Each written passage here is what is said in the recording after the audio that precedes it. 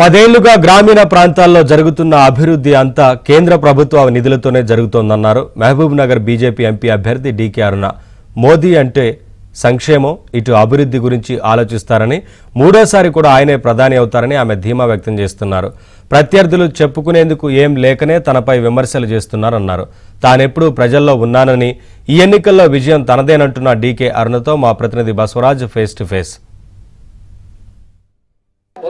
Mahabub Nagar BJP అభ్యర్థి డీకే అరుణ గ్రామాన పర్యటిస్తూ తమ అంటే 10 ఏళ్ల జరిగిన అభివృద్ధిని వివరిస్తూనే రాబోయే 10 ఏళ్ల కాలంలో చేపట్టబోయే కార్యక్రమాలు వివరిస్తూ తనకు ఓటేయాల్సిందిగా ప్రజలను కోరుతున్నారు. మేడం, ప్రజలు చాలా మటుకు గ్రామాలు తిరుగుతున్నారు, ప్రజల నుంచి పెద్ద స్పందన కనిపిస్తుంది. ప్రజల నుంచి కొత్తగా అంటే మహబూబ్ నగర్కు కావాల్సిన డిమాండ్లు ఏమన్నా వస్తున్నాయా? దానిపైన మీరు ఎట్లా స్పందిస్తున్నారు మేడం? ప్రతి ఊర్లో ఇండ్లు లేవంటున్నారు, పేదవాళ్ళకి ఇండ్లు రాలేదు. 10 సంవత్సరాల నుంచి ఒక్కరికి కూడా ఇండ్లు రాలేదు. పేదవాళ్ళంతా ఇండ్లు లేకుండా మేమంతా గుడిసెల్లో ఉంటున్నాం అంటున్నారు. అదేవిధంగా రోడ్డు లేవు, తాండాలకు రోడ్లు లేవంటున్నారు, గ్రామాలకు రోడ్లు లేవంటున్నారు, తాగడానికి నీళ్ళకి ఇబ్బంది ఉందంటున్నారు. అదేవిధంగా ఊర్లకి బస్సులు వస్తలేవంటున్నారు. సో చాలా సమస్యలు గ్రామాల్లో చెప్తున్నారు. గ్రామాల్లో అదేవిధంగా రేషన్ కార్డులు లేవంటున్నారు.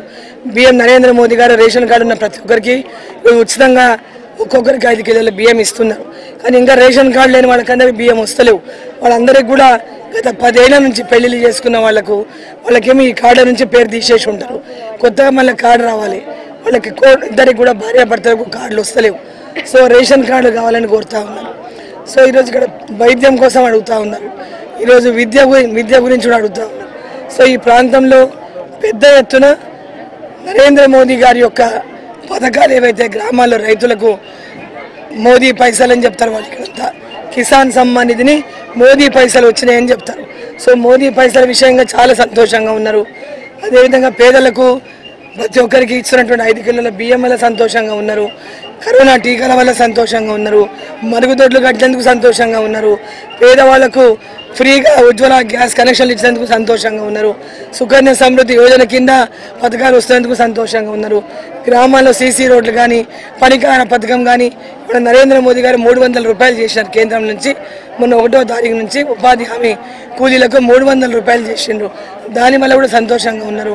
సో ఇవాళ ప్రతి ఒక్క కార్యక్రమం మోదీ గారి అందించిన ప్రతి పథకాలు కూడా ఈరోజు మళ్ళీ ఇంకా పెద్ద ఎత్తున కావాలనేటటువంటి ఆకాంక్ష ఉన్నది. ఇండ్లు కావాలనేటువంటి ఆకాంక్ష ఉన్నది. గ్రామాల్లో పేదవారికి ఉచిత విద్య, ఉచిత వైద్యం, ఇండ్లు, గ్రామాలకు తాండాలకు రోడ్లు, అదేవిధంగా గ్రామాల్లో సీసీ రోడ్లు, ఇవన్నీ కూడా గ్రామాల్లో అడుగుతూ ఉన్నారు. కాబట్టి గ్రామాల్లో పోయినప్పుడు వారికి అందరికీ కూడా నా తరఫున పూర్తిగా హామీ ఇస్తూ ఉన్నాను. గ్రామాభివృద్ధి కోసం ప్రజలంతా కూడా చాలా పెద్ద ఎత్తున మోదీ మోదీ మోదీ అనేటటువంటి భావన ప్రతి ఒక్కరిలో ఉన్నది. వాళ్ళ గ్రామాల్లో ఏ గ్రామానికి పోయినా ఈసారి మా ఓటు మోదీకే, మోదీ గారికే మా ఓటు, ఈసారి మోదీ గారికి వేస్తామనేటటువంటిది ప్రతి ఊర్లో మహిళలు కానీ, అదేవిధంగా యూత్ కానీ, వృద్ధులు కానీ, ప్రతి ఒక్క రైతు కానీ అందరూ కూడా మోదీ గారికి అనేటటువంటి మాట ఎక్కడ పోయినా వినిపిస్తూ ఉంది. మరి జిల్లాలో కూడా అంటే అందరికీ పరిచయం ఉన్నటువంటి వ్యక్తిగా మోదీ గారు అక్కడ ఉండాలి. మరి ఇక్కడ డీకే అరుణ ఉంటే మాకు అందరికీ పనిచేస్తున్నటువంటి భావన కూడా ప్రజల లోపల ఉంది. ఖచ్చితంగా రాబోయే 5 ఏళ్లలో అభివృద్ధి పరంగా పాలమూరు ముందుకు దూసుకెళ్తుంది. ప్రజల ఆశీర్వాదం తనకుంది. ఖచ్చితంగా గెలుస్తానన్న ధీమా అర్థం వ్యక్తం చేస్తున్నారు. వీడియో జర్నలిస్ట్ సంతోష్తో బసవరాజ్, ఏబిఎన్ ఆంధ్రజ్యోతి, మహబూబ్ నగర్.